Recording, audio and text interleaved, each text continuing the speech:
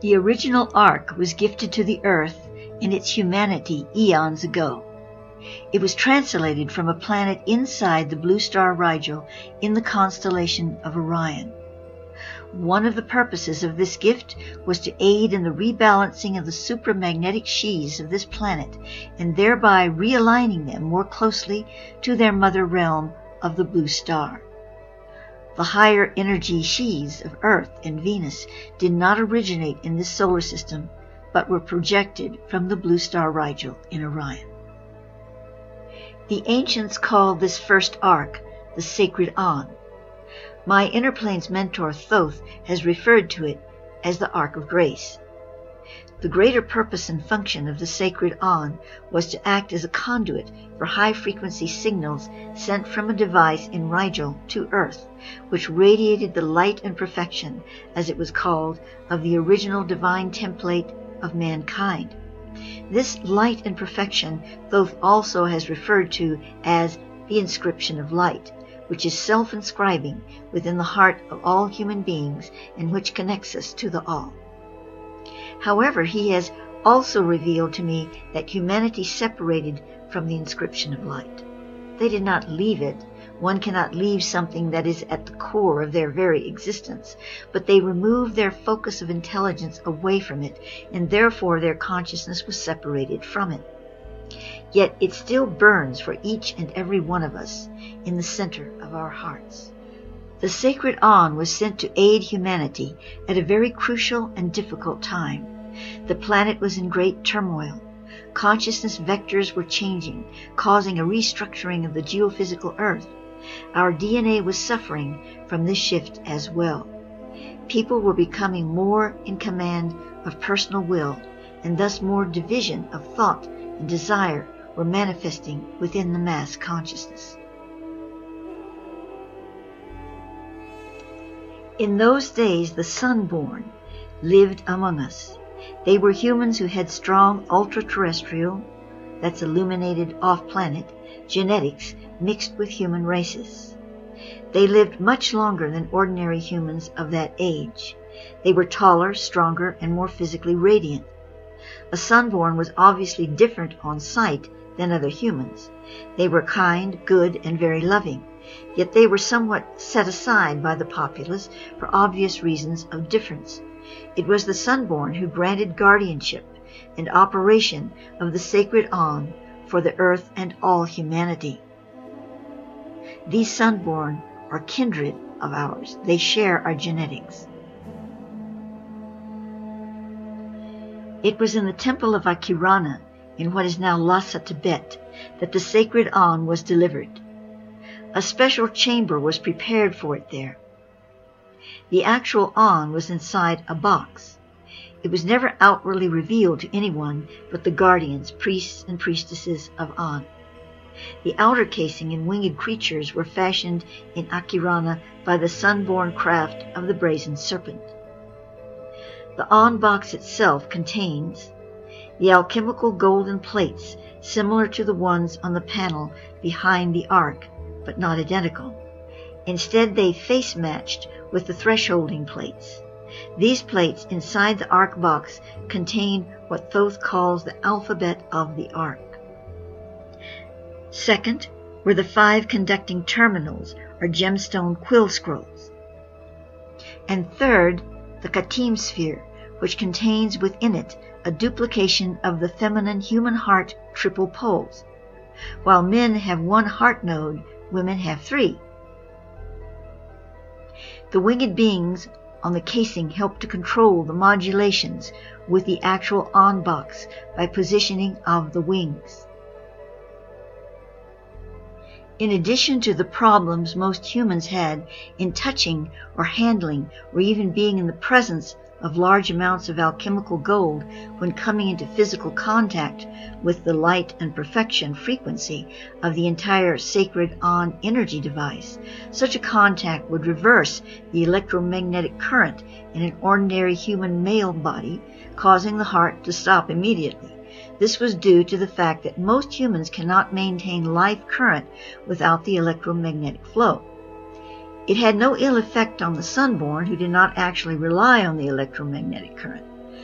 Most human women, while perhaps somewhat affected by touching the An, would not receive a serious current reversal of their electromagnetic energies for the simple biological reason that they were on the same wavelength as the Katim sphere inside the An. When sun-born males guardianed the sacred An, it was the priestesses of An who operated it and became living oracles when necessary for the transmissions received through it.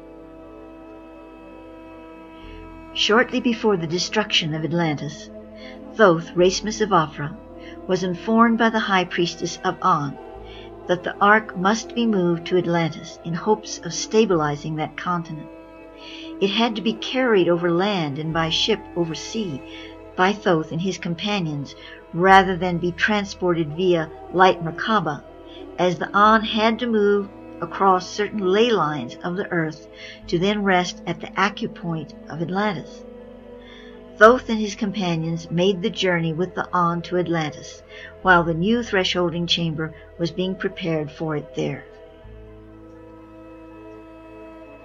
When it became apparent to Thoth that the sacred An would not stay the hand of fate, and Atlantis would soon be no more, he then transported the An to Egypt, where it eventually came into the keeping of the Syrian being Menon, and was housed in a special thresholding chamber inside Mount Sinai, which is now called Mount Moses by the Egyptians. The An had been kept in this thresholding chamber once before, and then returned to its chamber in Tibet. Understand that the sacred An adjusts and heals the planet by moving it across and placing it on various earth aculines and points. Centuries later, Moses, the son of Akhenaten, who were both adepts of the solar mysteries, came to the mountain to claim the sacred An for the promised land.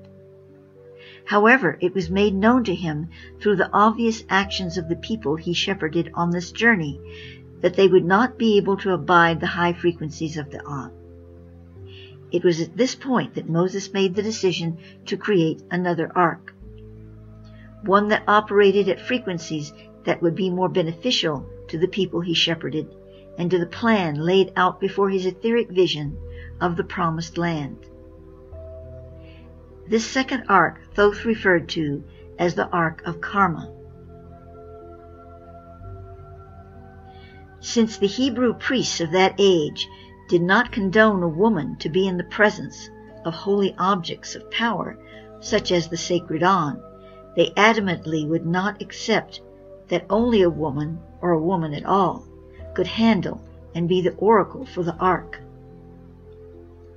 To this point, Moses condescended, as he was conflicted in his own feelings about the matter, and also he felt that without the cooperation of the priests, the ark would be of no use to the plan which he envisioned. So the second ark was adjusted in order for the priests to be able to interact with it. It was a wooden box with gold plating only. Some of the gold was alchemical, having been transported with them from an Egyptian temple, but it was mixed with gold mined from the earth. The Katim sphere was somewhat duplicated, but a certain component was not included, so that the priests could more easily work with the ark. The rest of the internal mechanism was also duplicated in a fashion, but it wasn't until King Solomon's reign that the Ark of Karma was given a true gemstone scroll. Solomon then had 4 other arks created, each housing a separate scroll, so that there were 5 in all. These arks worked with the main Sacred An, Ark of Grace, at a distance. From Moses' day on through Solomon's into the current age, were women never again allowed near any of the arks, with the one exception being the Sacred An. Yet the Sacred An and its offshoot arks are still with us. The prototypes are guardianed at various places, but the Sacred An itself is now within Mount Challenger, which Thoth calls Crestone the Stone, in Crestone, Colorado. There are priests and priestesses of An holding vigil with this object, and continue to administer the light and perfection it radiates. Of course, we need no physical objects to unite with the light and perfection within.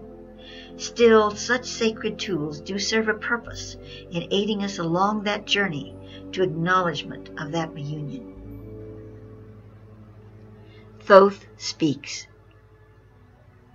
I, as Thoth Rasmus, had brought the An from Tibet to Atlantis, and later to Egypt. It would come into the care of the Syrian master Menon. In the days of Menon, the Ark of An was within the thresholding chamber inside the Al-Kabar mountain, Mount Moses. Near this mountain was a compound of temples and grounds known as the An Sofur.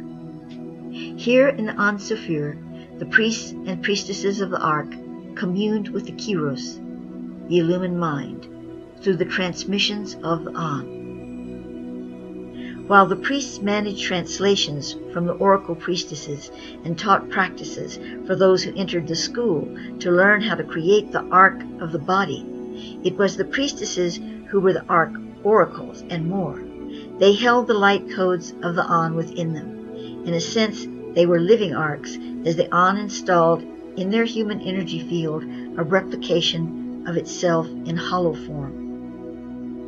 It was only the priestesses who could come within close proximity to the An without physical distress, or touch it without harm to them. The Ark priestesses, or Kyrosatim, chosen by the illumined mind, would sit upon the kur, or mercy seat, of the An.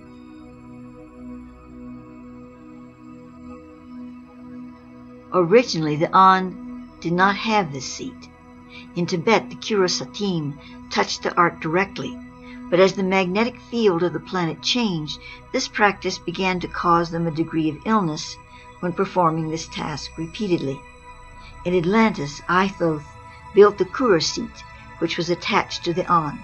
It was made to distribute the energy of the An more equally into the body.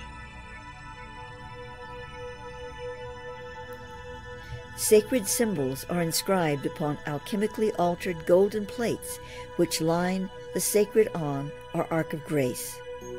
These sacred symbols have correspondent vocables which were given to me and called the alphabet of the Ark. There are several versions or levels of these correspondent symbols and vocables, of which energetically spin off of the symbols inscribed on the golden plates of the Sacred An. Each of these symbols and vocables have an angelic energy which is associated with it.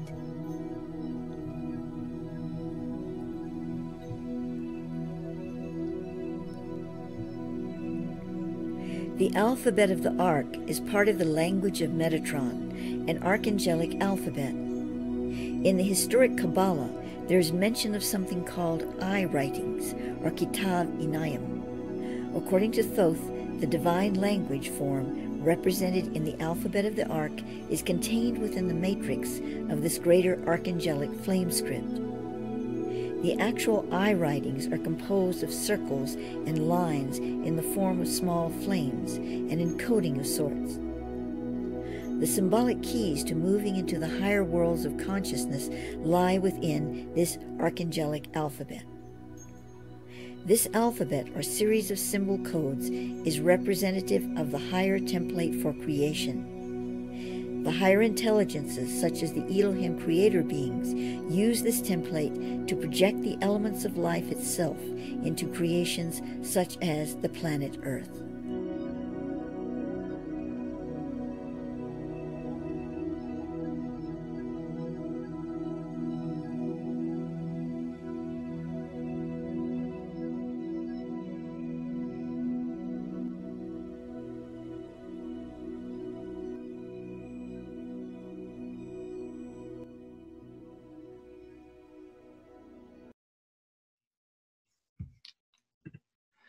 Hello, everyone, and welcome to Blue Star Rising, Templar Awakening. Michael Henry Dunn here with my amazing colleague and partner in the show here, Reverend Maia Nartoomid. And we are very glad to be able to share with you the beautiful video, which Maia created, which you've just seen, on the nature and origin and purpose of the Sacred Ark of An, which is, as you will have just seen, the actual origin of the legends of the lost Ark of the Covenant. And the Ark of the Covenant, as properly understood in historical terms, is the later sort of modulated, tamped down version of the Ark as originally created by Thothres Misavafra, because of these very interesting dynamics, both in terms of the actual magnetic chambers of the human heart, different in men than in women, and a recognition that a somewhat lesser version of the Ark needed to be created so that priests, men who have a single chamber, whereas women have three, could work directly with the Ark. And because there seemed to be a cultural, political, gender-based divide coming in, where men in that culture at that time resented the power of the priestesses. So bringing it down, to just tracing the whole history of the Ark of Grace, of the Ark of An, from its origins in the Blue Star to its long residence in Tibet, the intention to save Atlantis by moving it physically, as had to be done over the ley lines, to Atlantis, the realization that Atlantis's fate could not be averted, and the eventual resting place of the Ark, first in Egypt at Mount Sinai, and then ultimately in recent years being shifted at the etheric Merkaba level to its current residence in Mount Challenger in Crestone, Colorado, which is about 2 miles from where Reverend Maia is sitting, maybe 3. So we're really looking forward to sharing with you today the meaning and relevance of this, with everything that's going on in the world. Why are we talking about some ancient ark, whatever an ark is, that came from some planet that somehow is inside a star, and that is the original sheath, the vibrational sheath that our planet is wrapped in, and that actually there is this core connection within us, spiritually and electromagnetically in an important way, to the original divine design within us that has its origins in the Blue Star for humanity, and which the Ark of An was created in order to strengthen and anchor. And that even though we don't, as Maia said in the video, we don't need a physical object in order to commune with our divine origin and the divine presence in the core of our being. And yet, there is a balancing dynamic that has been taking place all these many thousands of years, and that it is possible for us to engage with that in a supportive and strengthening way, especially in this time of crisis. So would that be a decent thumbnail there, Maia? Certainly would. Oh, good. The thumbnail king. I'll take the title. Michael Dunn, isn't he the thumbnail king? Yeah, that's him. Yeah. So you want to expand on that for us? Yes. Well, how to expand on the expansion. Yeah. First of all, I first received the information on the Sacred Ark in the early 1980s, I believe. And I received certain parts of it later and later and later. But when I was brought back to Crestone in 2017, It was for the purpose of coming back to be with the An here, because when I was here before, which I left in the year 2000, it was not here yet. And I remember when I was here before, from 1994 to 2000, I was looking out across the valley, because it's a valley out there. You can, from this slope, you can, look down into the valley. And I received from Thoth that one day the Sacred Ark would be transported from Mount Sinai to Crestone the Stone. And I thought, wow, but I was thinking maybe 100 years, 200 years from now, something like that. So I'm in Kauai, right? That's where I'm living. And it's 2013. And Thoth says, hey, guess what? The An has been transported into its thresholding chamber because this, according to him, this was its original thresholding chamber. Oh, no. After it left, it wasn't its original, I'm sorry. It left the Sinai, it went to Egypt. No, it left the Sinai, went to Atlantis, went to Egypt. So it went a lot of places. But at some point in all of this, because it's moved around a lot, it went into this location before. So now he said it will be returned there, and it will be its last thresholding chamber. And so I was, amazed when here I am in Kauai and it came here. So in 2017, he brought me back to work with you here. But I want to point out a few other things. When we're talking about moving this An around. Now, when Thoth was directed to take it from Tibet into Atlantis, he had to do it the hard way. He had to take it along the ley line. And I can't even imagine a trip like that without a starship, or at least an airplane or something. So I don't know exactly if it was, maybe there were little places he got to hop from the ship. I don't know. But he said that, basically he had to walk it through to get it. Of course, there's an ocean there too, to get it to Atlantis. But that's not the usual case. The usual case is that it is transported. And it's transported by, a means that we can't, it's under the radar, let's put it that way. A spaceship or whatever, not space, but a starship, inter-earth ship, whatever, takes it into the location that it is, the next location it's to be. So when it was moved from the Sinai this time, because it's gone back and forth from the Sinai to other places and then back again. So this time when it was moved from the Sinai to Crestone the Stone, it was done, by ship or some means like that. And another thing to point out is that it's in a slightly removed dimension. So when I say slightly, that's the only word I can come up with. I'm sure there's probably a more scientific word, but slightly seems to do it. Is that it's not a completely different dimension. Like the inner earth, it's not a completely different dimension, way far removed.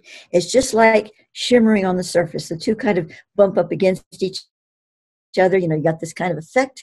And actually that's an energetic effect, because you're having two levels of a plane touching and moving back and forth like that. You're creating a rhythmic energy instead of being two planes like this. So the inner earth is like that. And also, they have created a situation in this mountain where you have those, what he calls enclave, one of the two on the planet. The other is Lake Titicaca. But the enclave, and there are other various chambers and whatever, and then there's the thresholding chamber. And all of these things are in a slightly, removed dimension so that they can create that frequency, that energy.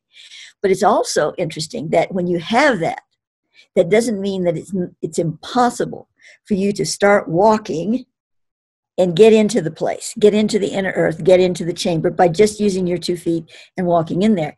Everything the circumstances have to be right. The energy field, timing, the allowance for it in this case, but in the inner earth, there's a lot of other electromagnetic things going on. So you can get in. And other times you can't get in, So it has to do with that effect. So I'm going to tell a tiny little story here that nothing proves anything really, but that suggests the point.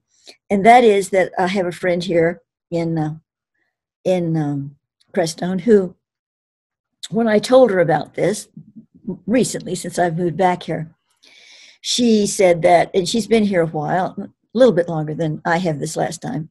And she said she had met an old guy that was living here in Crestone that now is no longer living here, but he was at the time. And he was kind of a, in Crestone we have, this is a wild and woolly place, I mean, we have all the spiritual centers and the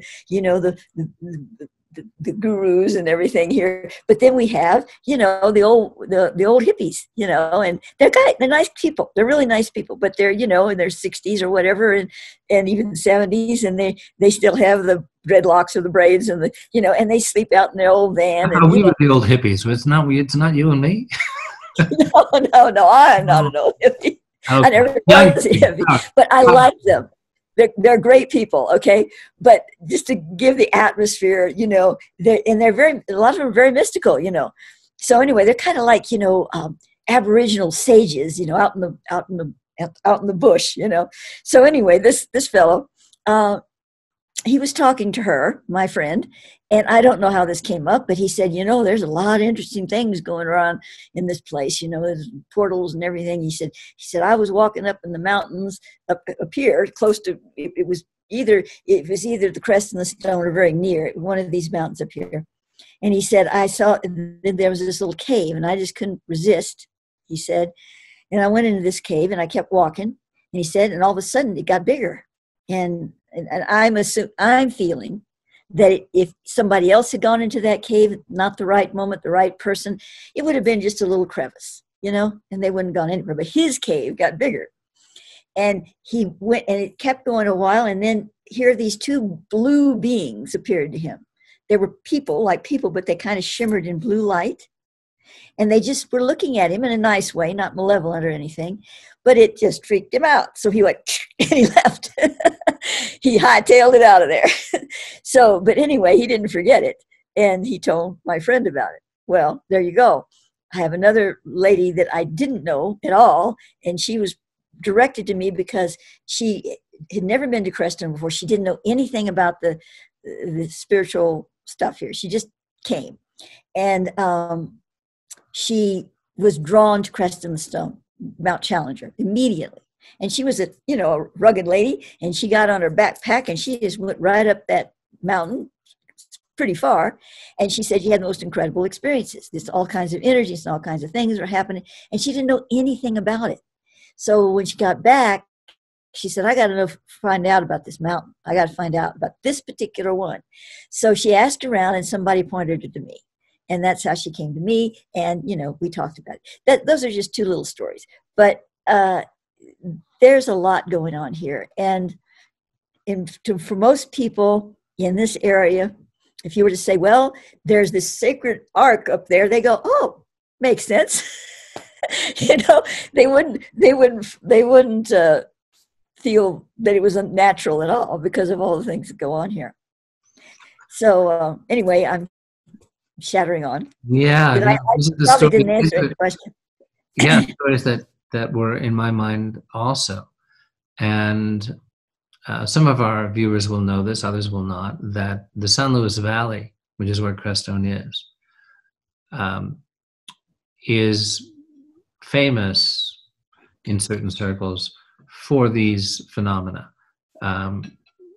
Scientifically measurable electromagnetic anomalies are kind of the rule here. And it is because of the physical composition of the valley. It is the largest alpine valley in North America, certainly I think one of the largest in the world. The valley floor sits at 8,000 feet.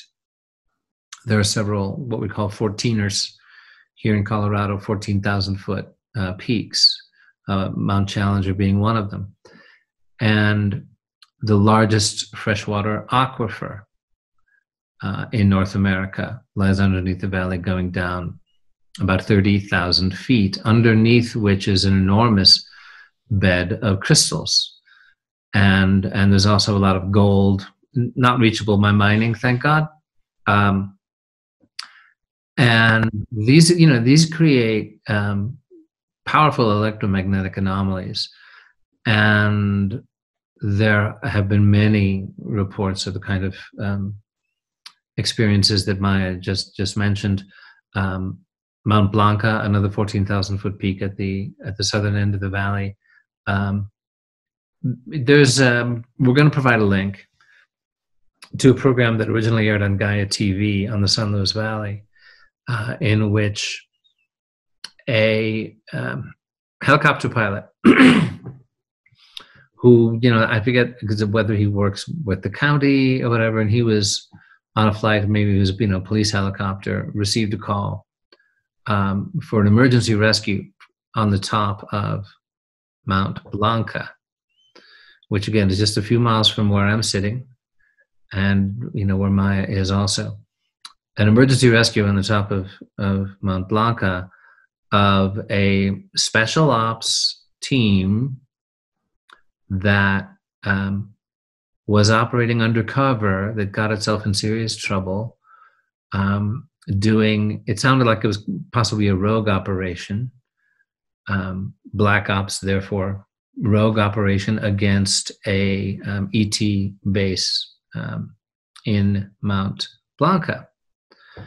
And so you get a lot of reports like that, a lot of UFO sightings.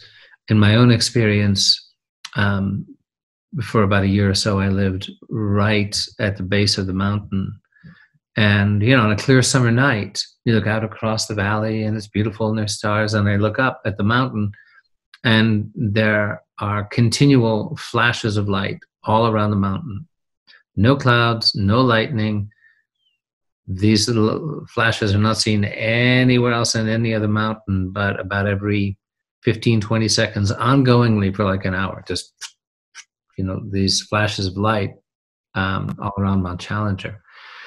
So the idea that, as Maia says, it's very readily accepted by the people who have been here for a long time and have seen the phenomena associated with the valley. You have people, drive down a road and suddenly the building that was there in the morning isn't there.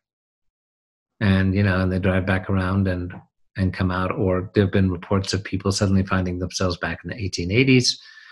And some of them may be fanciful. Some of them, maybe they had a bit too much ganja, but there's too many of these over too long a period, right? And when you talk about that slight dimensional remove, Maia, it's going to remind a lot of our viewers, certainly reminds me of, like, for example, the book, The Mists of Avalon. Yes. In which there is a slight separation of the worlds, where the Avalon of the priestesses, of the worship of the goddess, as the Christian presence began to make itself felt, and as they were deliberately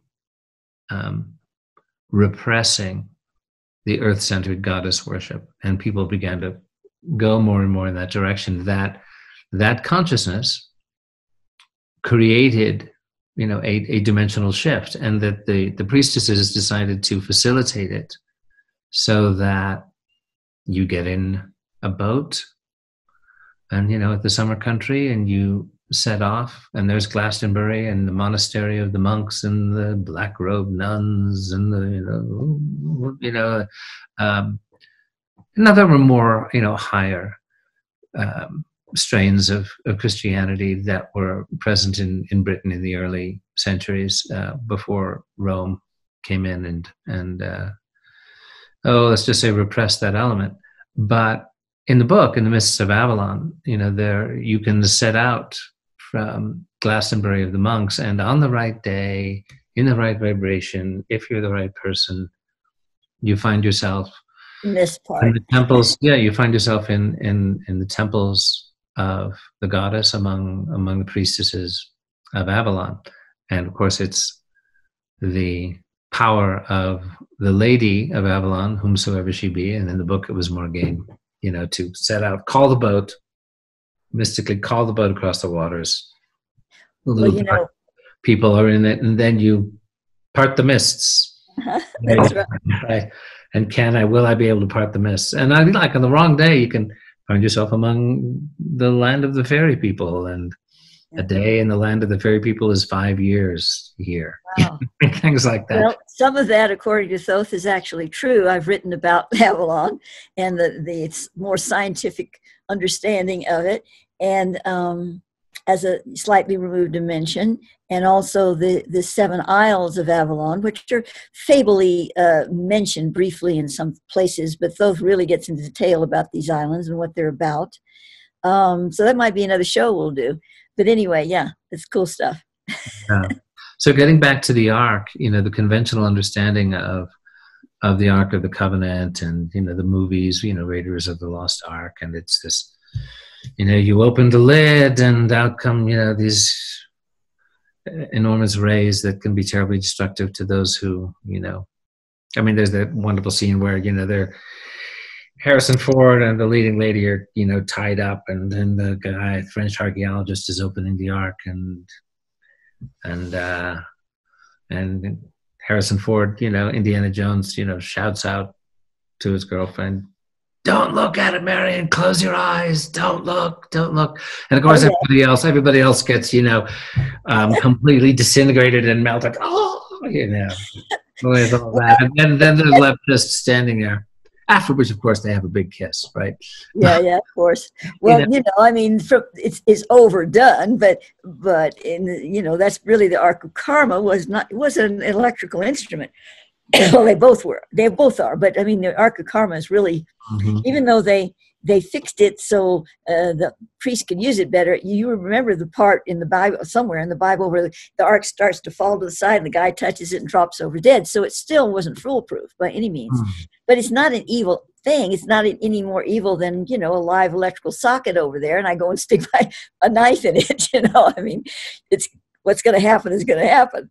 But they just didn't understand the purpose of it. They had no business having that, you know, and that's why Moses took back the original one and gave them this other. You would think he wouldn't give them any of them, but I guess there was, you know, a higher reason for them to have to use it to get into Jerusalem.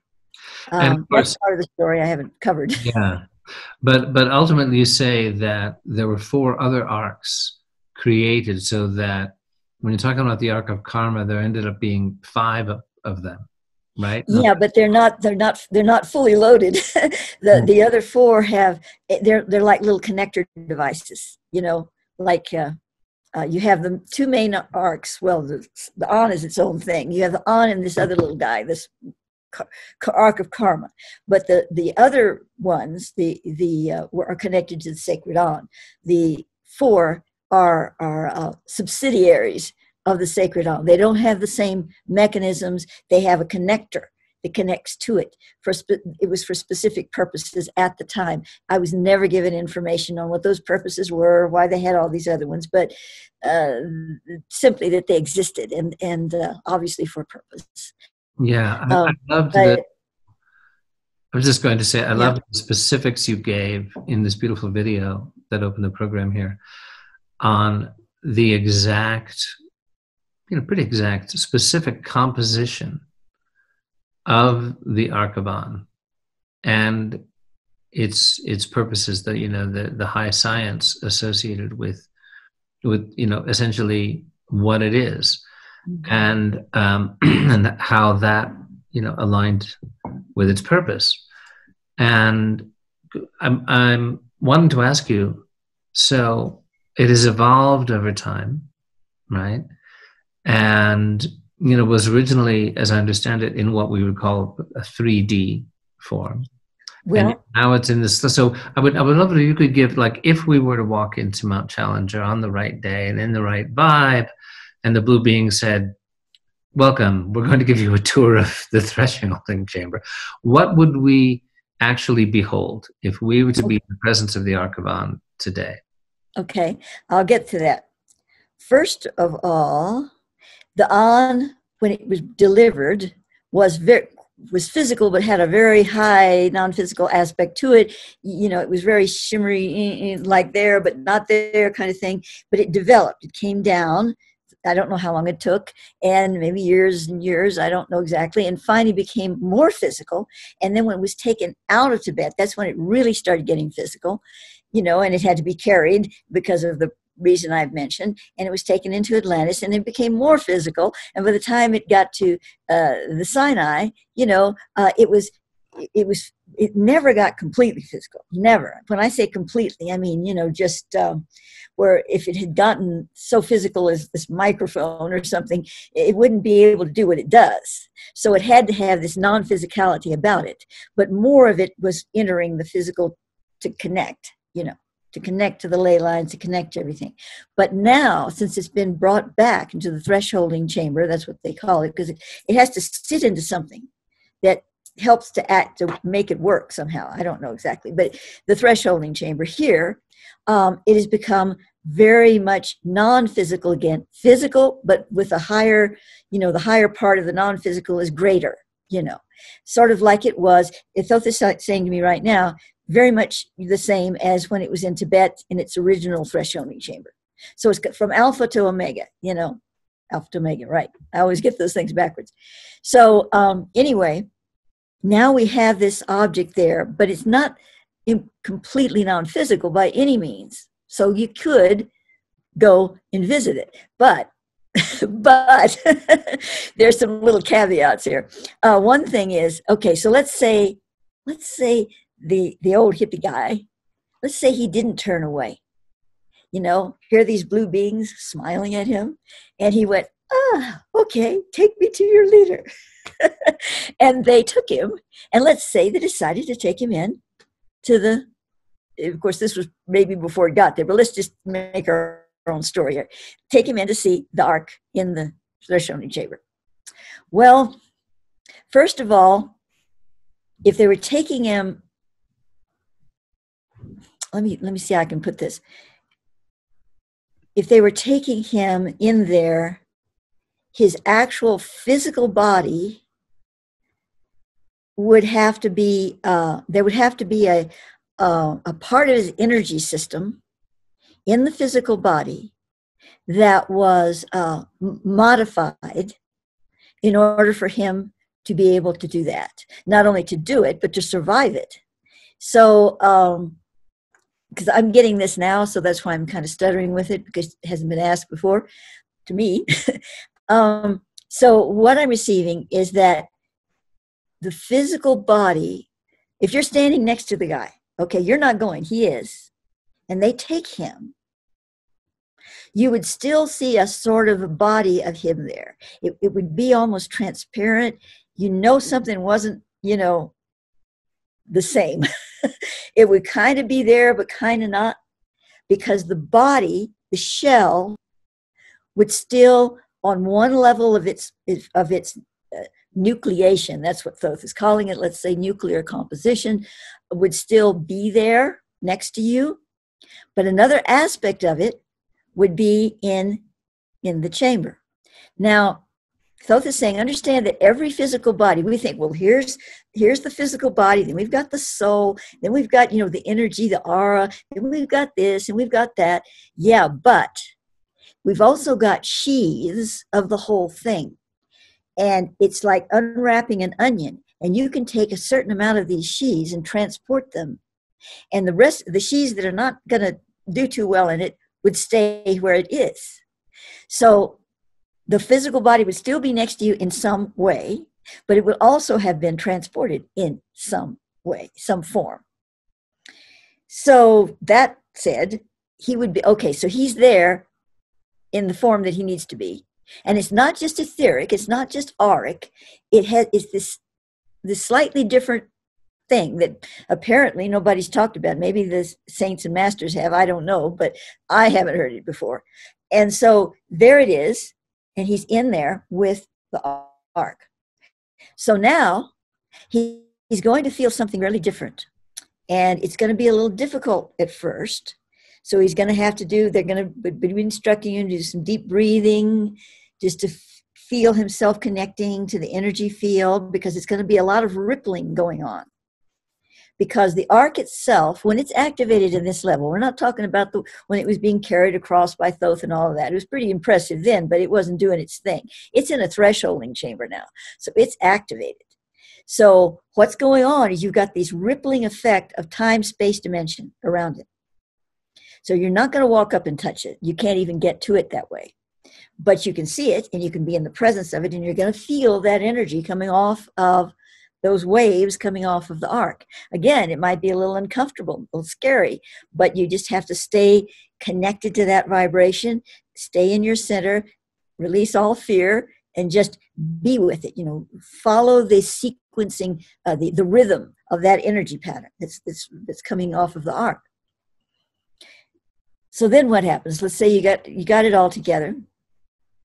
Now, Thoth speaks, and I've written about this. Incidentally, these links are going to be provided you. I've linked it to I'm going to send a link that's linked to a page that has all the links. So you won't be going down 60 million links. You'll just go to a page, and then that has the 60 million links. Not that many, but, the links. But anyway, one of the articles that I've written about it that Thoth has told me about, and I didn't mention it in the video because there's just too much, is what he calls the Manasari. The Manasari is a spherical, it's like a globe of light energy experience in the center of the two wings. This is only when the Ark is activated, not when you were carrying it across someplace, but when it's activated, that energy sphere comes up. And that is the mana, and that connects you to the nectar of the frequency. It allows you to experience the Ark within, because this device is replicating the spiritual divine Arkness of our body. And let's spell that, if we're going to use that word this way, energetically. Let's call it ARC, the Arkness. Because the Ark really should be spelled ARC rather than ARK. The ARK is the one that Noah floated over the seas, But the ARC is the arc of energy. The wings arc, the energy arcs through it. And when the arc is obtained, it creates a facsimile connection. It creates a connection to, not facsimile, it creates a connection to the atoma that's just in front of the heart. And the atoma experiences an arc of energy. And that arc connects you to the universal arc. And so you see, you've got the flow going now. It's all, you can think of it as electricity. It's more than electricity, but electricity is part of it. And it's just arc, and you create these arcs, and then you're connected to the Supreme. Now, what happens then? Well, each individual that goes through a process like that, first of all, if you're standing right there with the Ark, if you made it that far, then you're an adept. You wouldn't be anything else if you're standing right there in that kind of a situation where actually a part of your body is present. You would have to be an adept. And as such, you would be able to connect to a really full extent with that energy field, and you would be in nirvana. You would be in oneness. You would be complete, like the masters and sages do without any Ark, without any sacred honor or anything. But the difference with all of this is that the Ark, the sacred on, the purpose of it is multiple. One is to connect to people in that way under certain situations, but not, most people, it's not designed to bring people one by one into standing before the Ark and, getting this signal. That's really not what it's about. It is to help individuals on one level, but that is through such things as the Tizo field, through the pyramidus radius, the grander matrix of it all, through other matrices and energy systems that allow the Ark to enter that field and integrate, and then therefore integrate into the human system. So those of you watching this out here, very likely you had some connection with the sacred on at some point in your life. even before it was here. If it's in a thresholding chamber somewhere, you probably had some connection to it in the overall signal it is sent out into the crystallix grid of the planet and identified and modified, or not modified, but amplified, I guess is the better word, through such things as the pyramidus radius matrix with its Tizo connection and whatever. However, there's more to come, because Thoth is showing me how now the On, in its final thresholding chamber, is receiving and has been receiving since it's gotten there in various levels, these signals that is not received before, because it's a countdown function. It's a countdown to ascension. And in such, the Ark is receiving these layers, these signals that it's processing out into the planet. Now, there are other things that are working on this planet as well. The Ark isn't the end all, but it's a big component, and it's been going for a long time. And now it's ready. Now it's ready to Omega. And that is what this is all about. So as individuals count, there are ways now to become more connected to that field, not going into there with part of your body. That's not advised. But you can have, a connection through remote viewing, which is more than just looking at it. If you choose it, you can experience through remote viewing, through astral travel. There are different ways you can do this to have a more conscious connection to this field.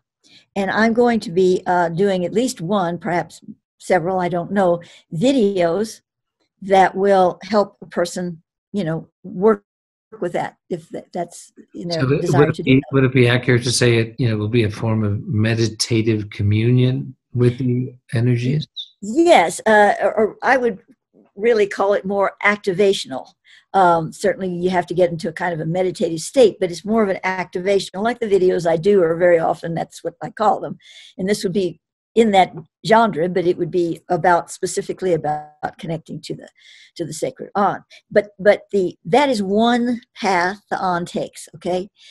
The greater path, greater not that it's more important, but the greater way to help the entire planet and all the people on it go through this ascension process is not one by one, but it's filling the field, the entire field, with the frequency, the new codes that are coming through. And as I didn't mention, but many of you know, this area is what Thoth calls the Ascension chakra field temple of the Ascension grid. That's a whole grid that operates in the dynamics of creating this Ascension modality for the planet, for the humans and the planet. And in that capacity, this is the crown chakra of that grid. So, if you have the sacred On sitting right here in the crown chakra, it's receiving directly out of that crown these signals, these codes, whatever you want to call them, for the ascension engine, the dynamic of the ascension engine.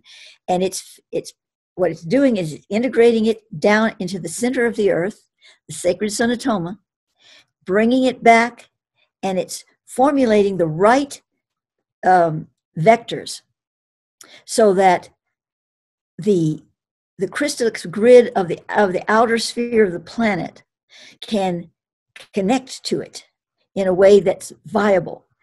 See, we have a problem here on this planet, and that is that we're really out of sync with the inner earth, with the sacred inner earth, and thus the sacred central sonatoma.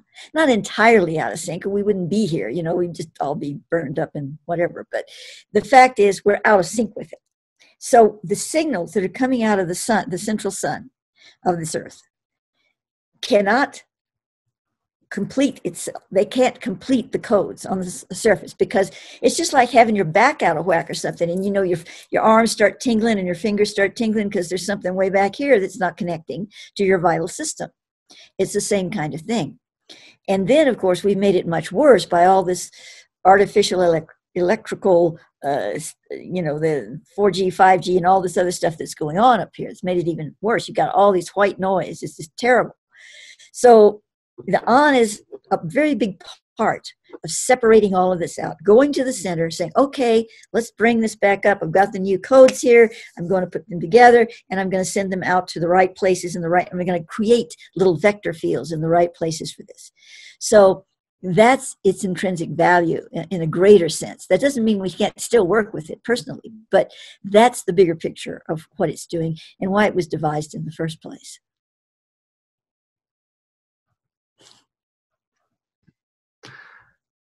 I'm so glad that you went to all those places with that question. The places I of course could not have imagined, and that's part of the magic of our interaction here. And as I'm listening to this, the countdown aspect of the function of the Ark of An, the countdown to Ascension aspect, right, is a key element from what you're saying, right? Yes, indeed it is. And if I may add to that for just a moment, because he's giving me something here, it's not just a phrase. Thoth is saying there's an actual countdown, and it is correlated with the atomic resonance within every atom of this planet that is synchronized to the central sonatoma, and thus the planetary genius. Now, we can't go off on that topic, but we've talked about it before, the planetary genius that holds the knowledge, the knowledge form of the entire planetary mind. And so the planetary genius says, okay, I'm putting the signals of this countdown as according to everything I've received in all these eons of time, within the planetary field of the conscious evolutionary perception. It includes every single one of us. I've qualified it, I've quantified it, and now it's going into the clock. Now, of course, that is modified slightly as other things enter into the field, and the planetary genius goes, okay, we're going to put this in now. But we have gotten so close to the countdown. I say close, I don't know, 100 years, 1,000 years, I don't know what's close in the bigger picture. But we've gotten close in the bigger picture that anything that's added now is minuscule, Even what's going on now, a drop in the bucket. So the bigger determination of the timing of this clock has been set. Not in stone, but it has been set. And any other additions, are going to change a little bit here and there, but the main properties are there. And so that is the clock for the countdown that the Sacred Ark is working with. So it sounds almost as if, to a certain extent, a date and time are coming, and it's more or less set. It may change a little bit, but that there is a window. And and of that day no man knoweth, as it says in the Bible. and this woman don't know it either. I doubt he'd tell me because putting that out there, it's going to be January on front. If we did that, it would be self-destructive. And it's what we do all the time. Yeah. It's going back to December 21st, 2012, and I don't know how many dates. If you follow things on the internet, the alternative journalism, and of course, even if okay, there's disinformation, there's people who have been compromised but don't know it. There's people who are just deluded. There's people who are good and hopeful and well informed, but and it goes, all right, December 21st came and went, and an enormous change took place, but we just didn't see it yet, which I think is actually true. But now, all these planets are going to line up on April 12th, and there's going to be an incredible energy, ladies and gentlemen. If we all just tune into it, boom, nothing will ever be the same. And I've seen about, maybe 8 or 9 of these dates come and go in the last, and nothing going on. But, there's just something in human nature, and I've certainly seen it operating in myself, where we want to go, okay, apocalypse, transformation. It's like the angelics or the ETs or the white hats or, you know, QAnon or whomever. It's going to be some magic thing, and they're going to come in, do our rescue. There's going to be a global currency reset, and we're going to have free energy, and all of us are going to have, like, you know, little generators like Captain Picard, and we're going to go Earl Grey hot. So, oh, there it is. You know, hunger's gone, and we're all good. And it's just this human tendency, you know, to want the magic date, and to know, and also, you know, just as a storytelling device. I mean, it's one, you know, it's one of those things that. You know, I have a background in story analysis in the film industry back in the day, and you know, it's cliche. It's the ticking clock. We need a bomb that's got a clock, and we need to be able to flash back to, you know, 011, 010. You know, it's like, oh my God, time is going down. And well, you know, go ahead. There are factors of this, of course, that are true, but the point is, when we do have certain dates that are very real, and Thoth has given me dates for things, but not that the world is going to change on this date. He's saying, well, there's an energy coming in here that's going to do this and that, but he say most people won't even recognize that it's there, because these are setting up energy fields for, you know, future, for things that come, and then they set that off, and this sets that off.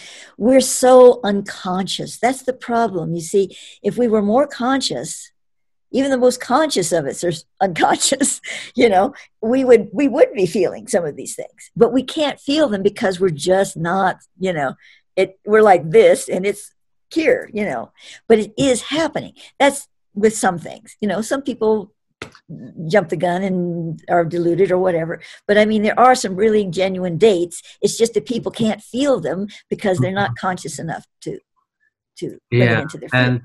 And you know, from what you've shared before, I know that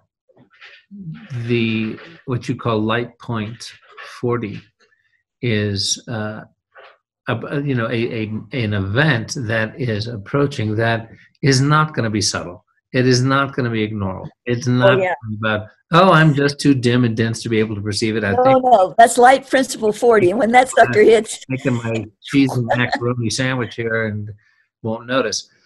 Right. So do you want to share a little bit about that? Because I want to, you know, stay on this beautiful, deep topic of the Ark, right?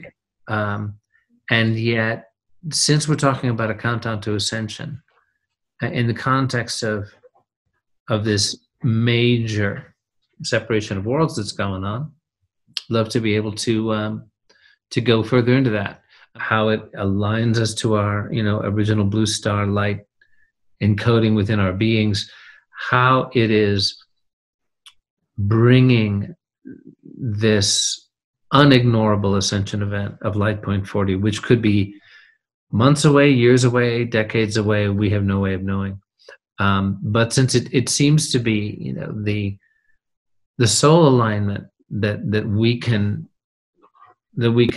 achieve and strengthen ourselves, that it's all about ultimately this moment of transformation that's been prepared for centuries.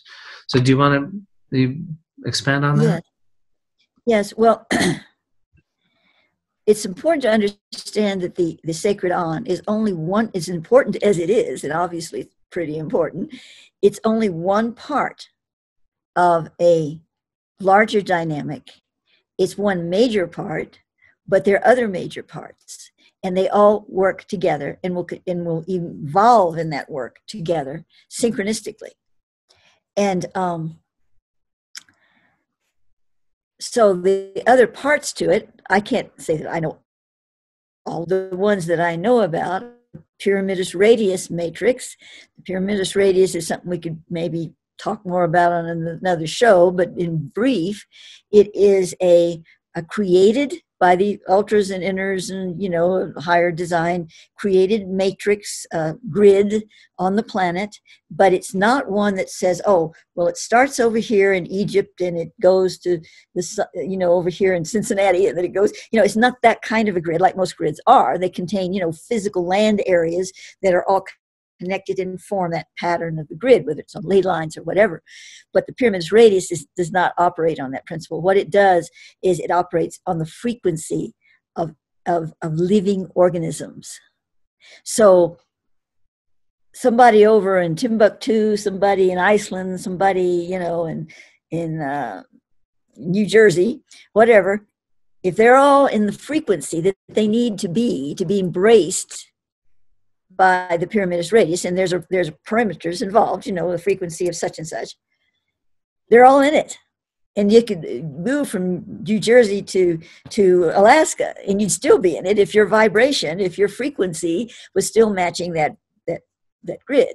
So when we talk about the pyramidus radius, we're talking about a really advanced grid. It's still connected to the planet because it's connected to the energy sources on the planet, but it's not connected to the ground. It's got to be here because the ley line is here and the town is here and the temple is here. It's not that kind of a thing. So that's one that's major. Now the Sacred On is working directly. It is in the pyramidus radius, of course, because it is in that vibration. Obviously, it's probably one of the capstone frequencies of a vibration. We have all these pyramids all over the world. Of course, Giza seems to be a really key one.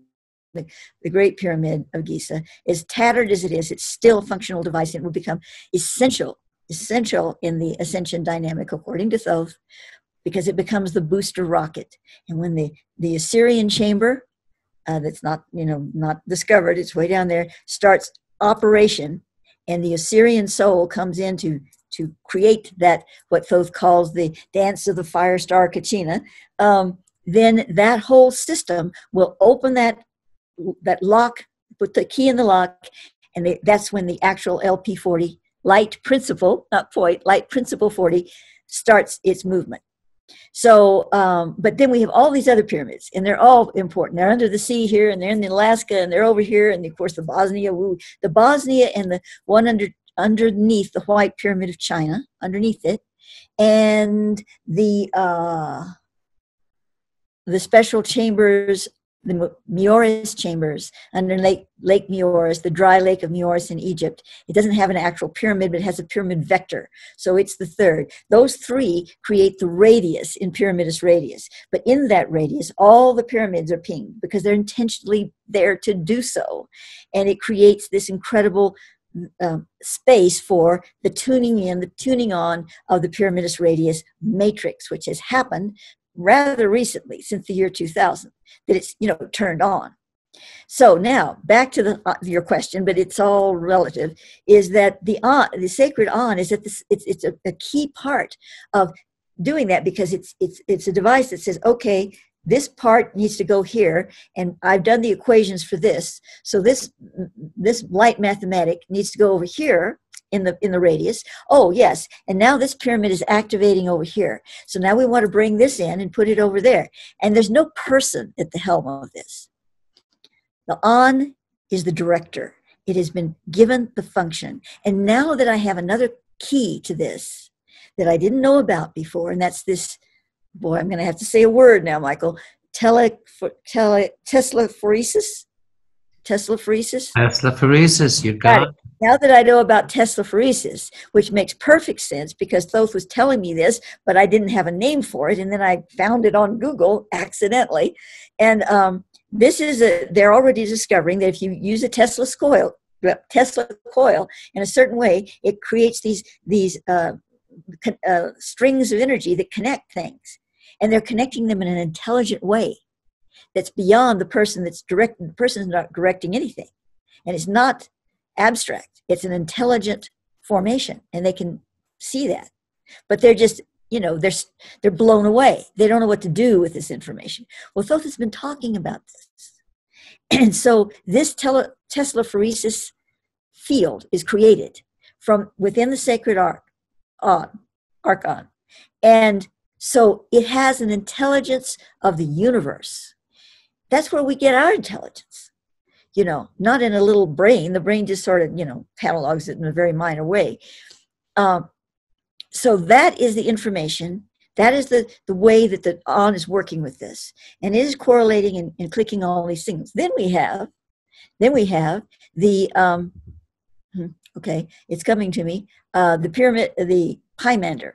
Thoth calls it the Pymander. It is what he calls an Elohim computer, but he created this particular one, and it's plasma-based, and it's somewhere in the inner earth.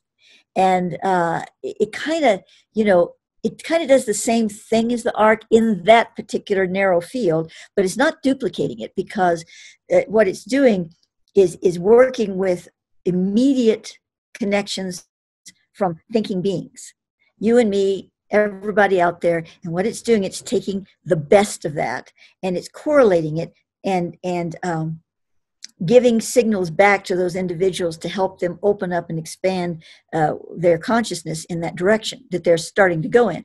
It's complicated. I have to read it all out to you, and I won't do that. But the point is, all of these things are very viable connectors, and you can't, if the On was just sitting there by its little old lonesome, it couldn't do much, because it has to be connected to all these things. And some of these are more recent things, but there are more ancient ones involved as well.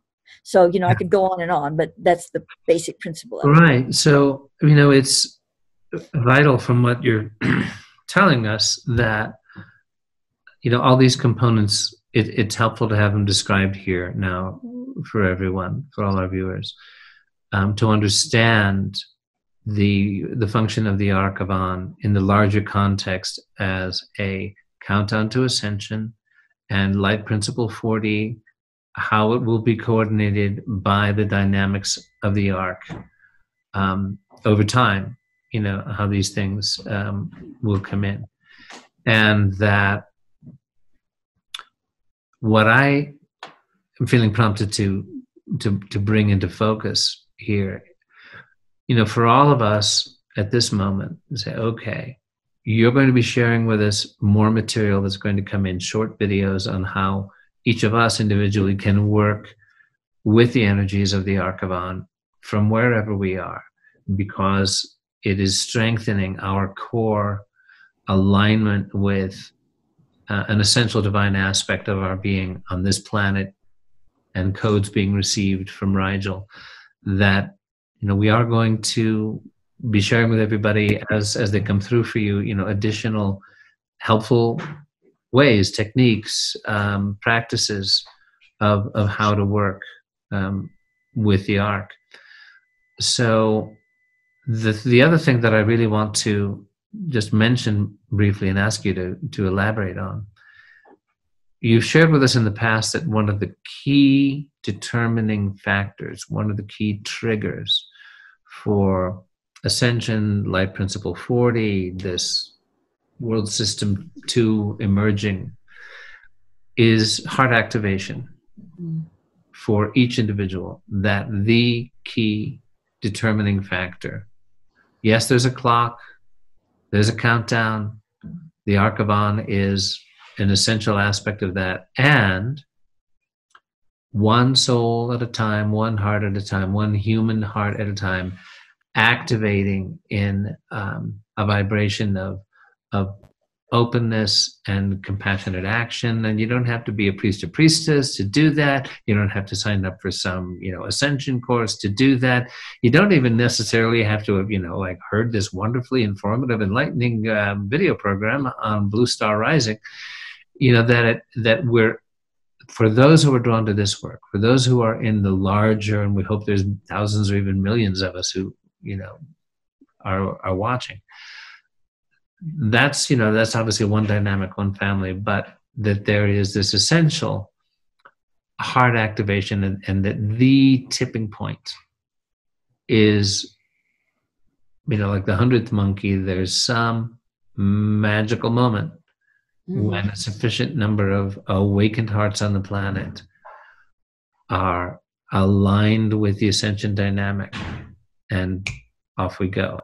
Is that something you could? Yes. Okay, so is that something we can expand on? Yes. The heart ascension, Thoth has said that nobody's ascending physically until the heart ascension takes place on the 144,000. Now that's not talking about people. From the Thothic perspective, this 144,000 is a vibrational frequency number.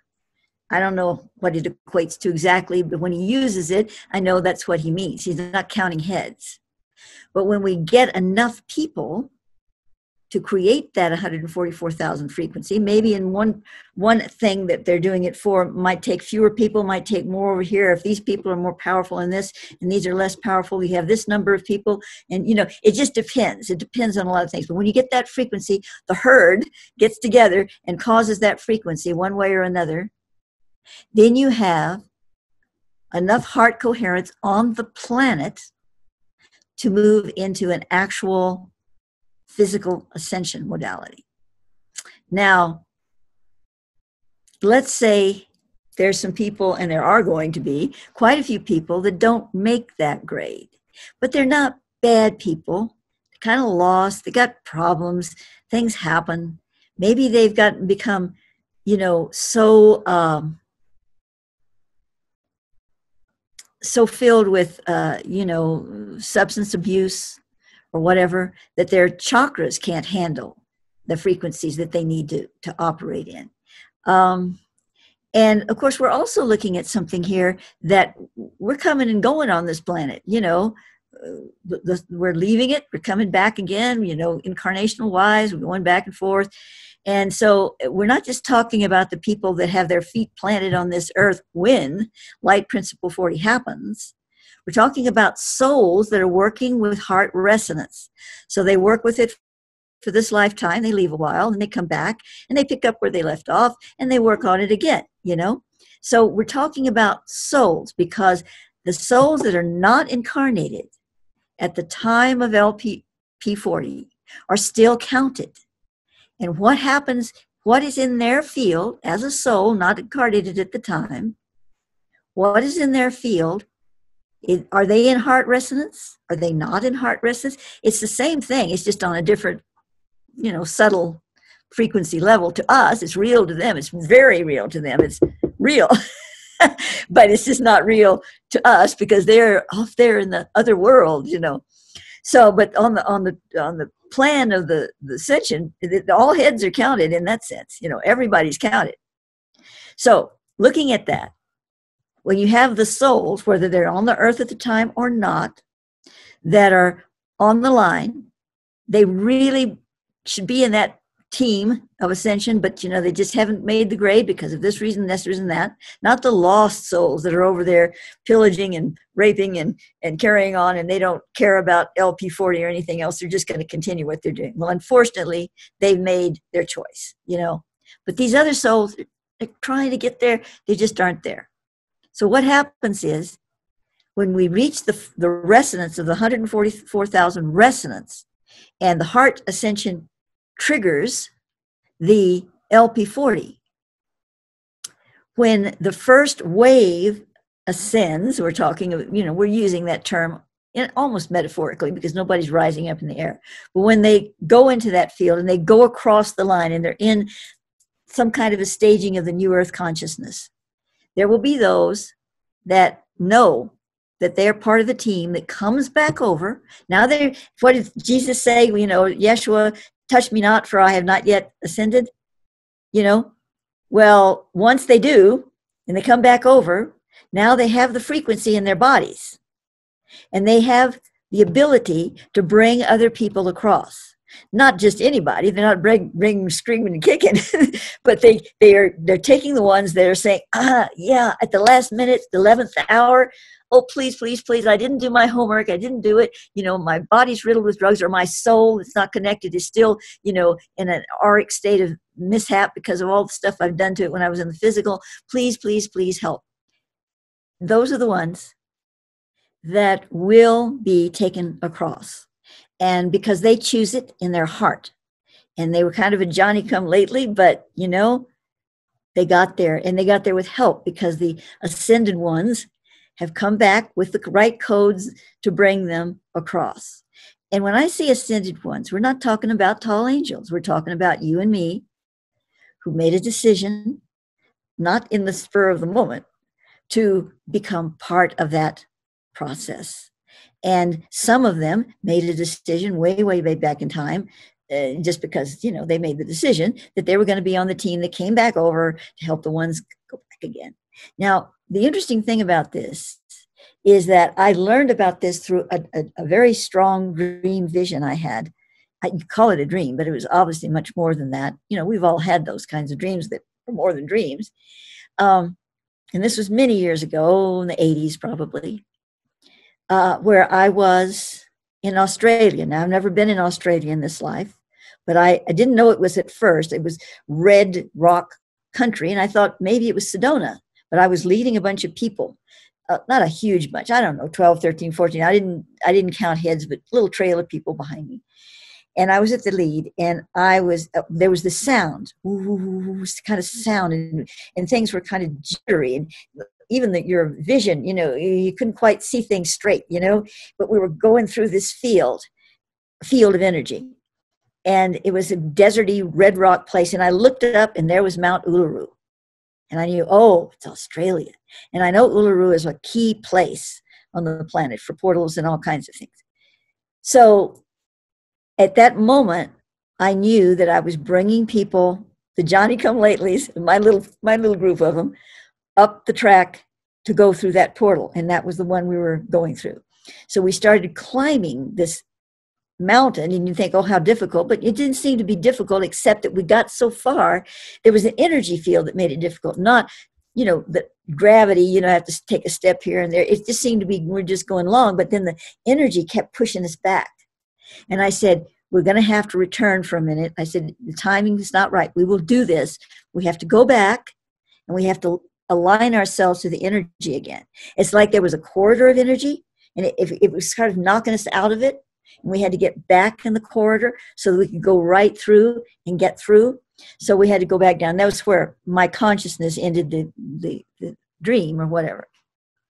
So I know that I'm one of the ones that's, you know, coming back to help people across.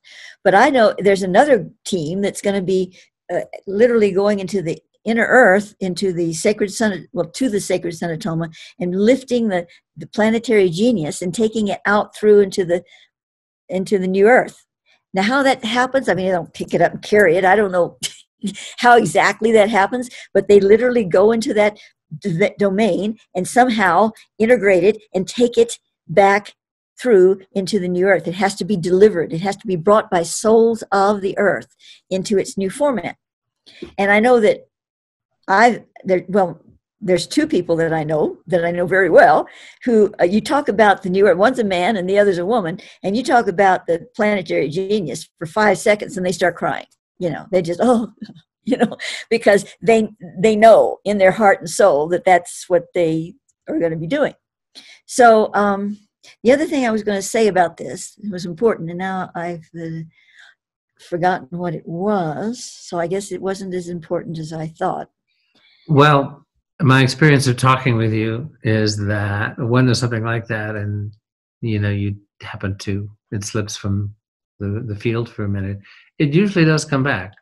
Yeah, so we'll see. Talk on for a bit on this, and the question of, you know, being one of the ones that helps people across is poignant for me. I sense that, you know, several of us in our circles are have taken on that role, have that desire, you know, because it's really what it's about. Mm-hmm. And when I think, you know, these questions come in, I go, yeah, but so what about the heart activation? And when does it change? And when's it going to happen? And is it going to happen while I'm still young and vital enough to be able to do my job? And, you know, and all these things.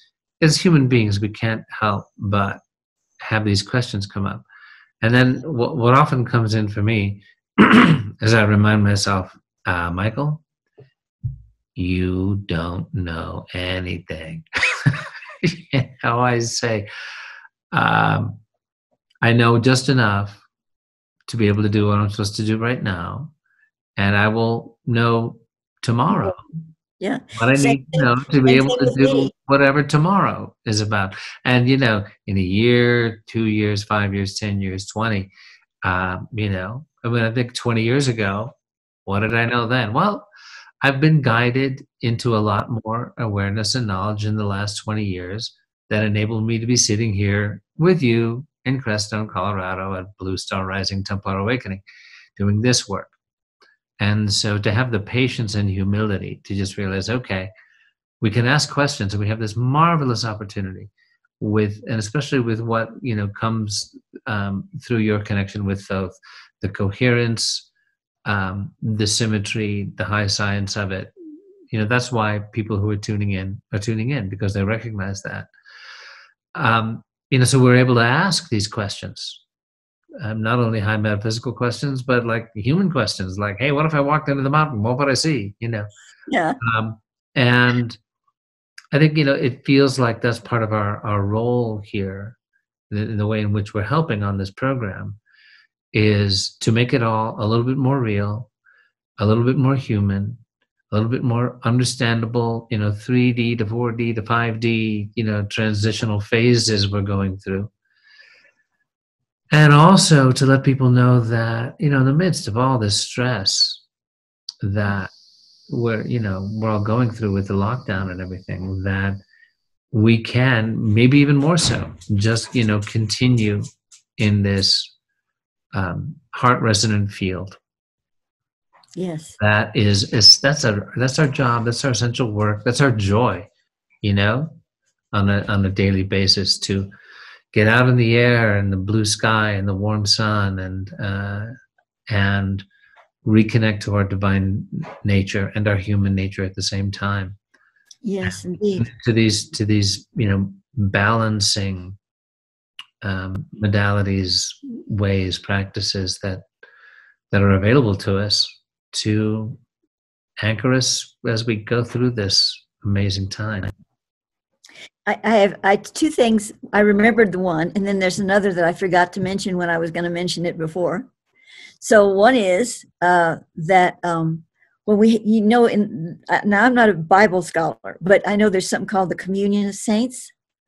And from a Thothic perspective, that is when we're getting close to that LP40, we're going to start seeing our loved ones show up that aren't here in the physical with us now. Let's say, you know, if we were here in the physical when this happened, they would start showing up right there with us, just as if they're there, because they are there.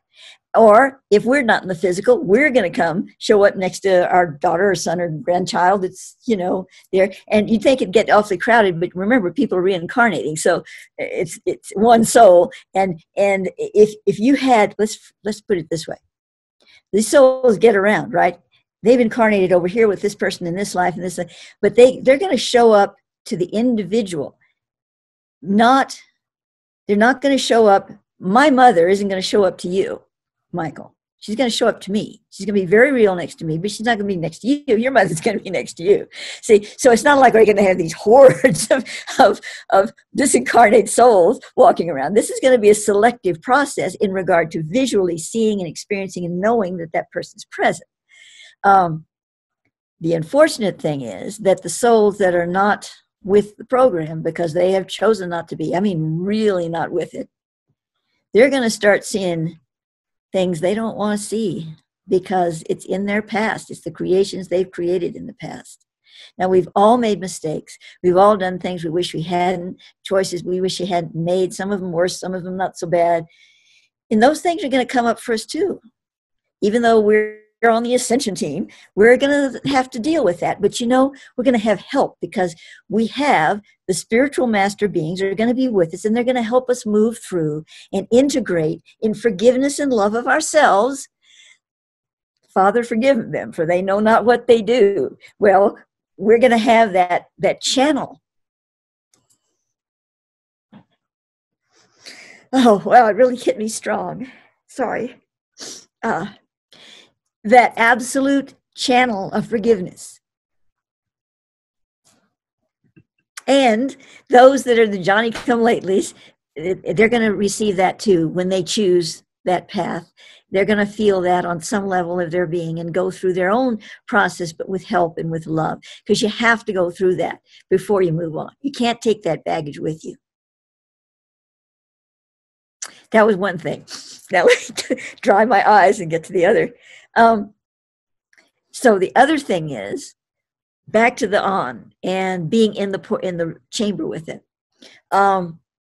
Okay, you're feeling these waves and all of this going on, but you're also, this is very similar in a way, but you're also going to see things. But this is not seeing, stuff you have to work through. It's a different level. This is seeing things that connect to spiritual experiences on a world level of the past that all souls are connected to. It's not that just the ones like you had a lifetime with Moses, for instance, so Moses shows up. It's not that way. You can see Moses and you never had any lifetimes with that soul. But I'm just, choosing something out of the hat. But whatever would come through would be a spiritual snapshot of a global resonance that you have in your being, because you're a spirited human being and you're in the chamber. So you've made it in the chamber, you're ready to see these things and to experience these energy imprints that created the spiritual world of this planet Earth. That would be, wow, that would be an experience, right? So that was what I had to share. Wow. This is so much, the perspective that we're getting today, with this subject is so big. And the crisis that we're moving through can be so absorbing. And there's certainly a lot of practical things that all of us are having to face and deal with. And as I say it, a great wind comes up. I don't know if you can hear it in the background. I can. I thought it was Nuala dragging her bone on the carpet or something. Oh, no, this is a huge wind coming through the valley. Ooh. And, where I'm sitting in this house, we are on the edge of a vast open space leading towards the great sand dunes, which are a remarkable phenomenon unto themselves. There is, a direct line of sight from here across these, many open acres towards the great sand dunes, and then Mount Blanc, the sacred mountain behind it. And yeah, that was just an interesting moment to be talking about all the powerful energies here, and here comes this. Well, let's return. And weeds start blowing and everything. So that maybe that's a signal for us to return to the subject of the San Luis Valley in Crestone in our last part of our show. And there's a lot to say, but we won't get into all of that. But I do want to mention that I will have links at the bottom of this video to a series of, I think it's 3 thus far, short videos that I have made that are on this area from my Thothic perspective. And it's not just informational, it's very activational, very inspiring. Right. And I will place those links there if you haven't seen them, to help you get into the feel, the consciousness of this area. Of course, there are many sacred places on the planet. In fact, the whole earth is sacred. Even the garbage dump down there, it's all sacred. Let's face it. But there are some places that, bring that energy up to the font. It bubbles up in the experience of life. And definitely, this is one of the major ones on the planet. And if I'm correct in this, it is, the crown chakra, not of the planet, because all the chakras of the planet are in the planet, but of the, what Thoth calls the Ascension temple or the Ascension grid. It is the crown chakra. So that said, let's talk about the sand dunes for a moment. Can we, Michael?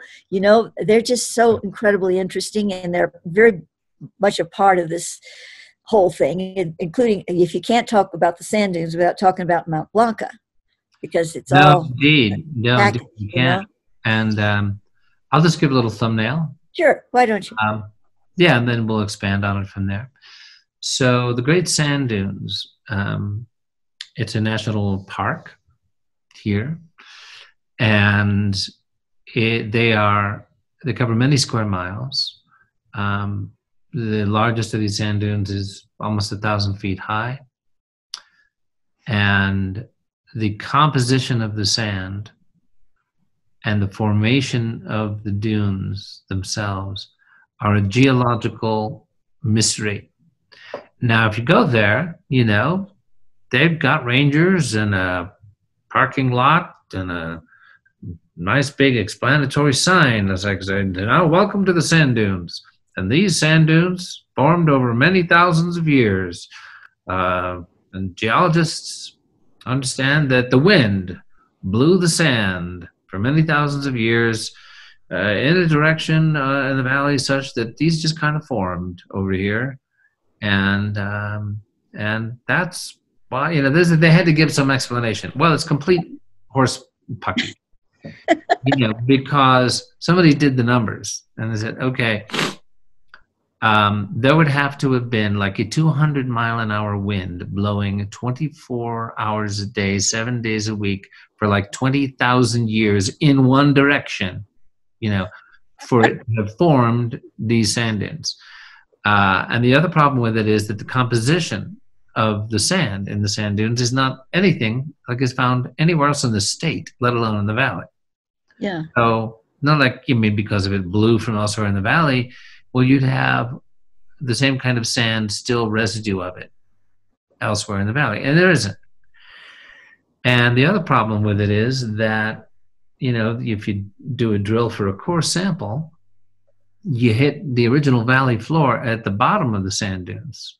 And there they find remnants of a deciduous forest from 11,000 years ago. And it is absolutely not possible on geologic time scale for 800-foot high sand dunes covering many, many, you know, square miles to have formed in 11,000 years. That is a nanosecond of geologic time. Mm-hmm. So they can't, you know, they can't explain it. They got to put something up on the boards. Yeah. It's well known. So it would be wonderful to hear, you know, what you've received on the nature of the sand dunes and what lies beneath. Yeah. Well, you know, before I get to the Thoth part, I don't know if it's this video that you're going to be putting the link to. I hope that video is still present because when I checked it, they'd taken it down. So you want to check that link to see if it's good. Send those for the Gaia link, yeah. But I don't know if it's on that show or another one I saw. But Chris O'Brien, who's kind of a real guru of talking about this valley and the sacredness of it. In fact, I knew Chris. He lived here when we did before. My former husband and I lived here in 1990s. But he doesn't live here anymore. But he still has a lot of excellent work on the San Luis Valley. Chris O'Brien. You can Google him and you can probably come up with some really good stuff. Anyway, he said in one of his videos, or one of videos that he was on, that he is he majored in, you know, in, I don't know if it's geology, I might be getting the name wrong, but has to do with the study of rocks and sand and you know, all that stuff. He was a major in it, and he knows his stuff in it. And he analyzed the sand and everything. And he said that there's no way that this, you know, he didn't even have to talk about the deciduous forest below. He knew about that. But, you know, just the sand itself, he talked about it. He said, this doesn't come from here. The sand, it doesn't even come from where you could blow it from. It's got unusual properties. And so he went to a forest ranger friend in that the forest, the ranger of the sand dunes, and told him that. And he said, oh, yeah, we know it's weird. We know that. And he said, well, why do you keep telling people this? He said, because we don't have anything else to tell them. So that's what we tell them. So he admitted it to Chris. Now, I didn't know any of this when I moved to the valley. First of all, you know, no Google, no internet. Well, I think internet started sort of a year after I got there or something, but we didn't have any. So I moved to this valley because I'm supposed to be here. Thoth requested it, and I'm in Crestone, and he starts talking about the sand dunes. Well, I don't know any of this information. I just know what I've read in a pamphlet or book, the sand dunes, the sand blew in, and you know, that's all I know, and I'm accepting it. And he says, no, the sand was created when by a comet from the future, that hit a part of the mountain range there, but it's a comet from the future, so it changed things. And I'm going, what does that mean? You know, what does that mean? Well, the more I've thought about it, I believe that it was a timed event that came from our future, exactly what he said, but not a comet that would see. For those, most comets come into our field for specific reasons. They're not necessarily all controlled, some of them are, but mostly it's from a universal perspective. They aren't just haphazard. Nothing is haphazard in the Thothic dynamic. But this comet, coming from the future, was sent from the future. So it had a purpose, it had a package to deliver. And it delivered it. And we got the sand dunes. And the sand in the sand dunes is micro-timed crystal packages. He calls it memory crystals from the future. Now, the connotations of that, you could go into that for a whole book, maybe several volumes. I haven't done that. If I were to go off on directions of everything I've received in over 50 years, I would lose my mind. I can't do it. So I go, okay, I understand. I'll accept that. Now I'm going over here. I can't follow these threads. I just can't. So I don't know. But that's what I received then. And of course, more recently, I'm getting all this information from Chris and other sources about that lines up with what I received, to some degree, with what I received then.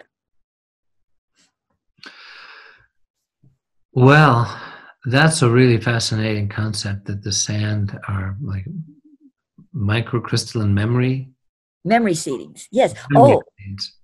and so when we were here before, I say we, with my former husband, whom I met here actually, and he's not here anymore, but because we went a lot of places before we separated.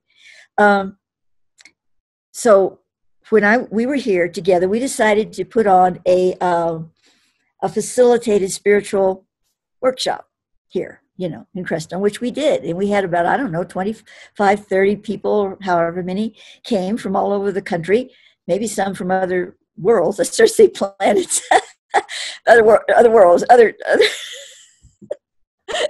other countries. Live in another world, my friend. What can I say? Right. So anyway, we all got together, right? And we did our thing. And one of the things we were going to do, both directed, was a memory seeding. And we went to the dunes to work with the memory seeds. We had this whole process. We took our little blankets. And we had our sunscreen. It was a beautiful day. Perfect day. Not too hot, not too cold. It was in, I think, May or something, maybe probably this month. And it was sunshine for as far as you could see, the whole valley. You could just look everywhere, nothing but sunshine. So we go with our blankets, our water, our little baskets of goodies that we were going to share afterward, and our suntan lotion, and our little hats and everything. And we come out and we traipse out into the dunes. Not very far, but we go out, so there's sand all around us. We put everything down so neatly, and we've got our, our little music player there, because we have play music with it. And I've got my little text, I'm going to read this thing because I got to get it right. So I have a little cowboy hat on, and I'm sitting there with my text and on my blanket, and I've got sunscreen on. I'm ready to read, right? So we start the whole thing, and it doesn't last longer than, I don't know exactly, maybe 25, 30 minutes from beginning to end, because we're going through a whole process. We have time, we're not saying anything. We're just lying there. Some people are stretched out. Most of them are stretched out on their blankets. But the thing is, it's so deep and so grabbing that people just go. They just leave. They're just, they got their mouths open and they're just lying there totally zonked, right? So we go through the whole thing, and then we get to the end, and I don't remember the exact words, but it's like a seal. And so this is done, blah, blah, blah, blah, and it's like the end. The minute I finished, I'm not talking about 5 seconds later, it was out of my mouth. These huge clouds come out of nowhere. There's nowhere for these clouds to come out of. They come barreling down upon us. No rain, but just wind and dark clouds. And these people with their mouths open, they don't even know it's happening, and sand is coming into their mouths, and it's sticking on all the sunscreen. And I'm holding on my hat, my papers. It was wild.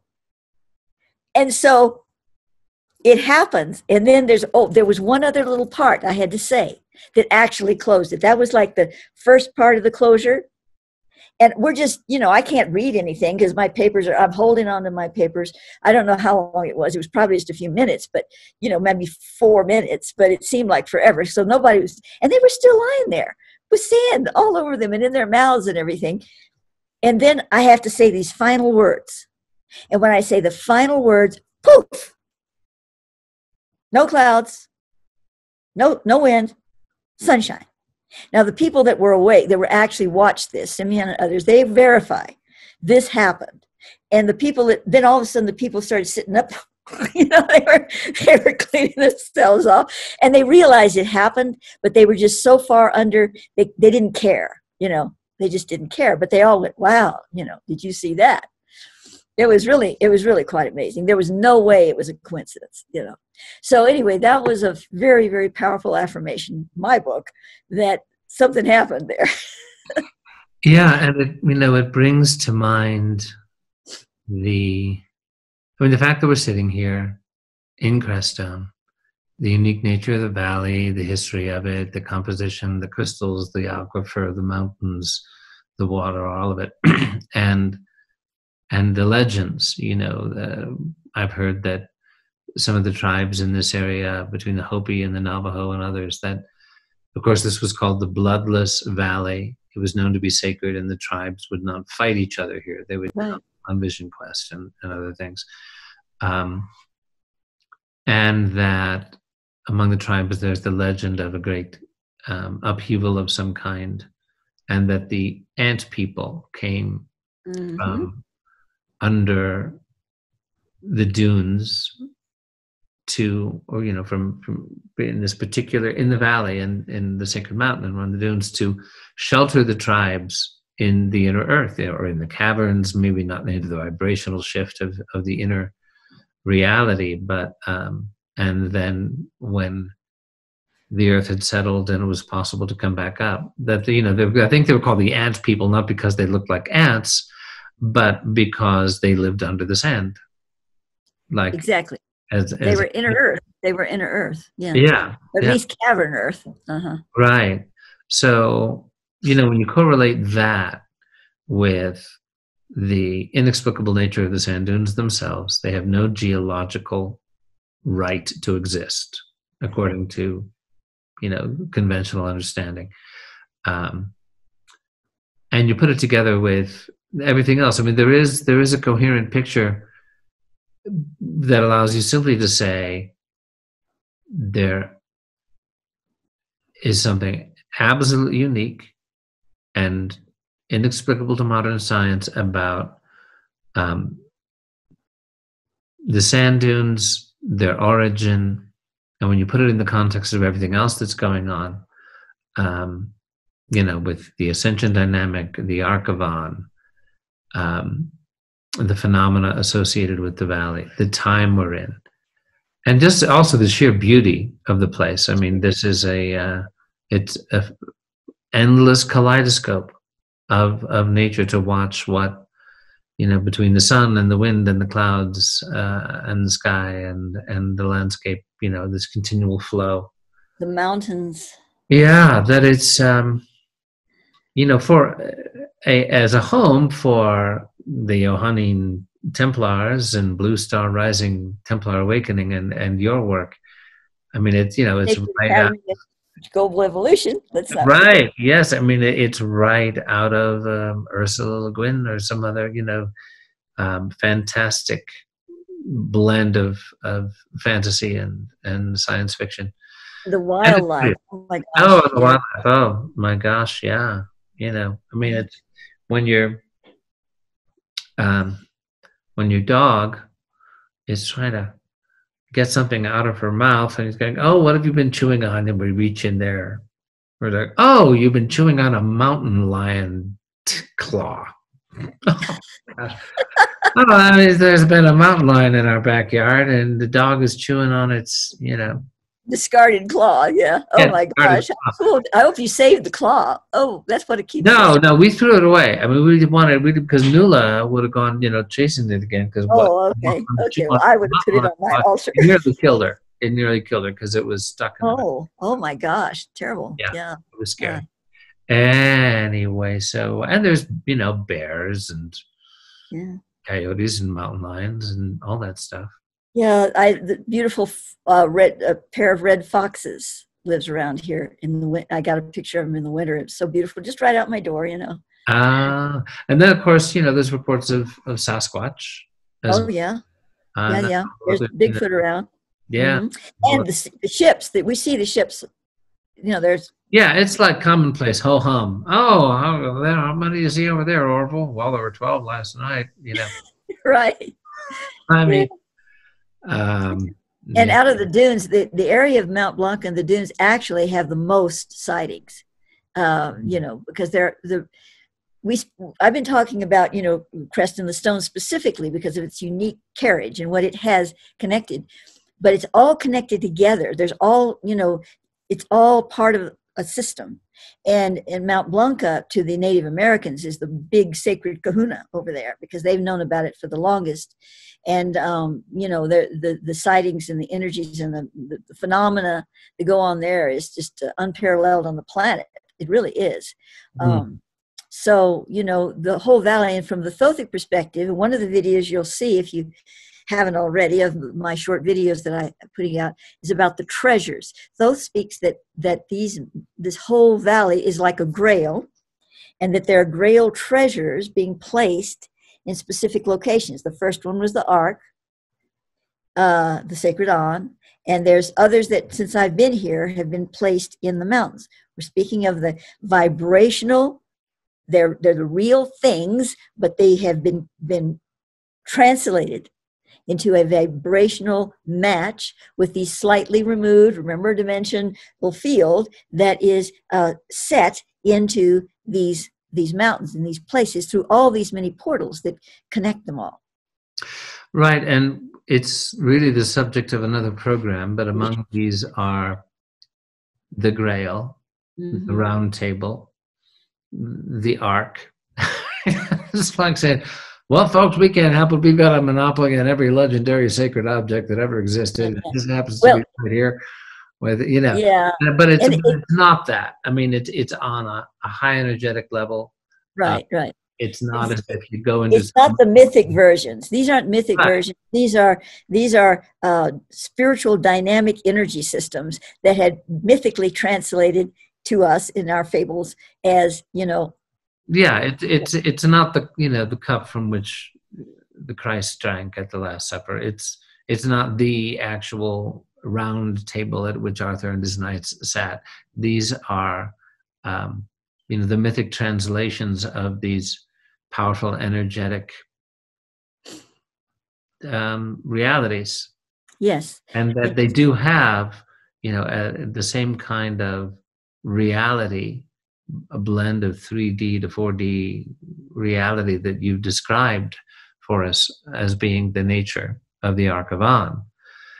And so when it comes to this area being the crown chakra of the Ascension grid, and of course chakra is, you know, cerebrospinal energy consciousness matrix center in the human spine, and that the earth, you know, as above so below, has its own corresponding number of different chakra systems, and that Crestone, these mountains, these sacred presences do actually constitute the crown chakra for, as we say, we've got the timeline, the countdown, the powerful ongoing facilitation and organization of the unfolding of Ascension through just the nature of the Ark of An and its energetic balancing is helping to coordinate all this. Would that be a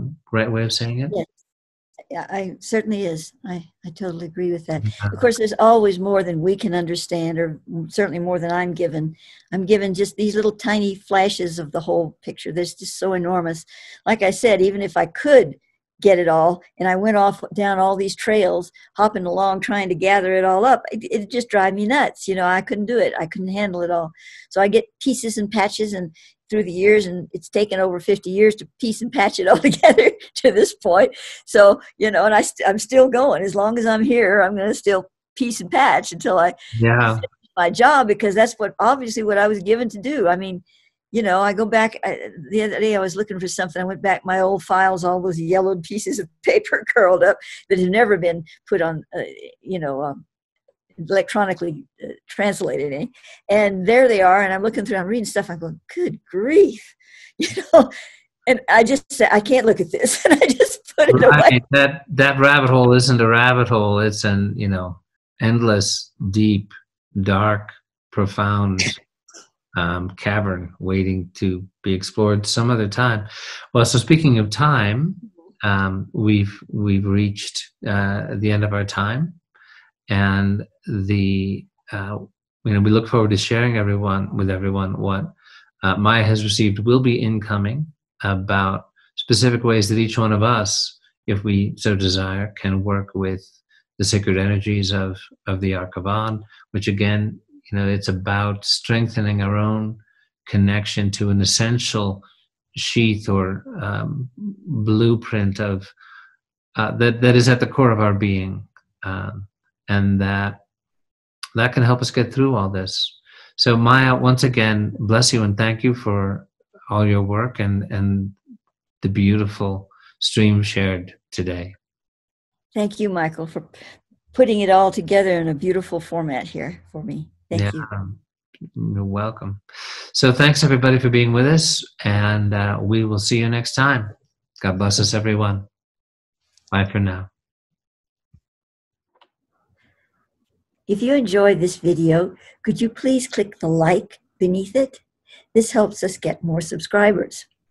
And also, if you want to be notified when each video comes out, click the little bell button. And then, of course, if you want to be a subscriber to our channel, please subscribe. Thank you.